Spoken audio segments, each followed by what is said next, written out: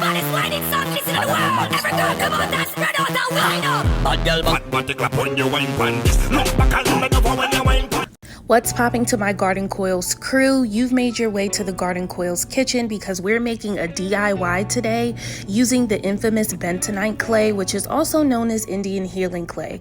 This stuff really helps with defining type 4 kinks, coils, and curls, properly cleansing pores, and allowing your hair to accept ingredients from nutritious products. You're only going to need 1 cup of the bentonite clay and put that into a wooden or plastic bowl. You can see that it's very fine, and you can get this from your local retailer. I got mine from Target for $7.99. We're then grabbing some fresh mint that I got from my local grocery store. Just grab a good amount, whatever you're comfortable with is good for me and good for you. I made sure to freshly wash this stuff, and then I'm getting just 8 ounces of boiling water using my Keurig machine. I'm going to bring that on over to the GC chopping block, and then you're just going to directly grab the leaves from the mint stalks and drop it into the water and allow it to seep for 15 minutes.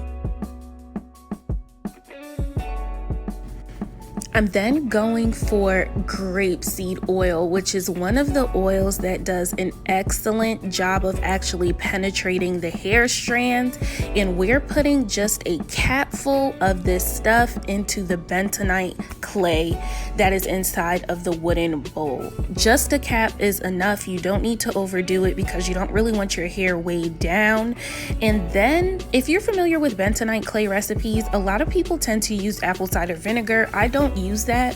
I actually use lemon juice, or if I have fresh lemons, I'll squeeze it, and I use that to serve as the agent that actually activates the clay. You will see that it's starting to bubble a bit, and I'm using about a tablespoon of the lemon juice in order to do that. And you can see the small bubbles that are starting to form in the actual clay itself. It's actually been 15 minutes, so our mint has fully seeped into the water, and we're going to begin scooping that mint water into our bentonite clay. There is no standard here for how much water you put in. I just gradually put water in, then start mixing it with a plastic spoon. This step is very important. You do not want to use the traditional spoon that is in your kitchen. The bentonite clay does not react with the key ingredients that are actually put into a spoon when it's formed, so it's always safer to use a plastic spoon. That is extremely important. And just in case you're wondering why we're using mint water, mint is actually really great for balancing out the pH levels on the scalp, and it also helps with blood circulation that ultimately leads to promoting growth. And now we are ready for application. So this is the final consistency. If you'd like it to be finer, just add a bit more water until you get it to your liking. I am starting off on hair that has been misted with water. I did not wash my hair prior to putting this mask on. It's not necessary because ultimately this clay mask acts as a shampoo and as a deep clarifier. So washing your hair before applying it honestly is just going double duty on the cleansing, which could actually lead to really stripping the natural oils from your hair more than they need to be. So I'm just evenly applying this and adding a bit more water where I feel like a bit can be added, because you want to make sure that your hair pores are open and can be properly cleansed from the clay mix. So you guys can see I'm distributing that throughout my hair. You can decide to go section by section, or you can just do it in clumps as well. As you guys can see, the amount of each ingredient that I put in did make a good amount of clay mask considering the density and the length of my hair. So I'm definitely not running low on products. So you guys can see I'm taking bigger sections now to apply it to my hair, and it's really easy, but I will caution you that the clay can be a bit messy. So As you guys see me sitting here, yes, I'm on the couch, but I actually have a towel down on the floor, and I am sitting on a huge towel that is on the couch as well.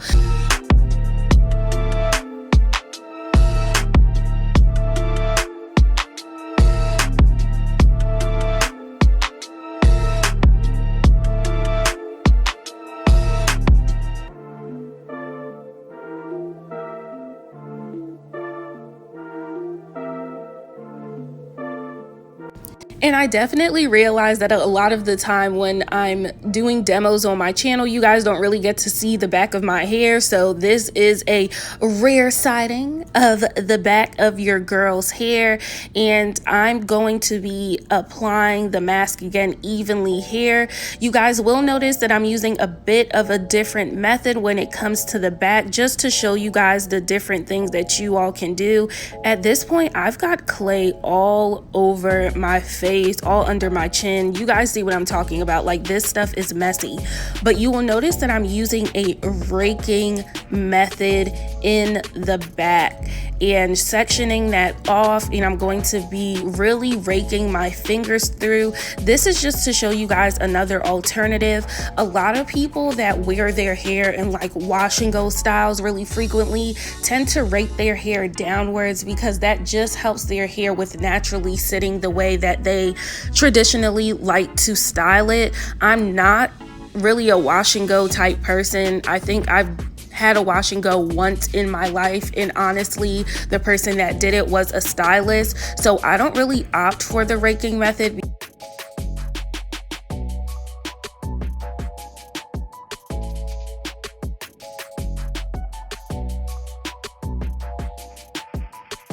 I'm going to let this sit for 30 minutes before I wash it out, and I'll show you guys what you absolutely need to follow this clay mask up with. So see you guys in 30. So it's been 30 minutes. I'm about to hop into the shower to rinse this out with cool water.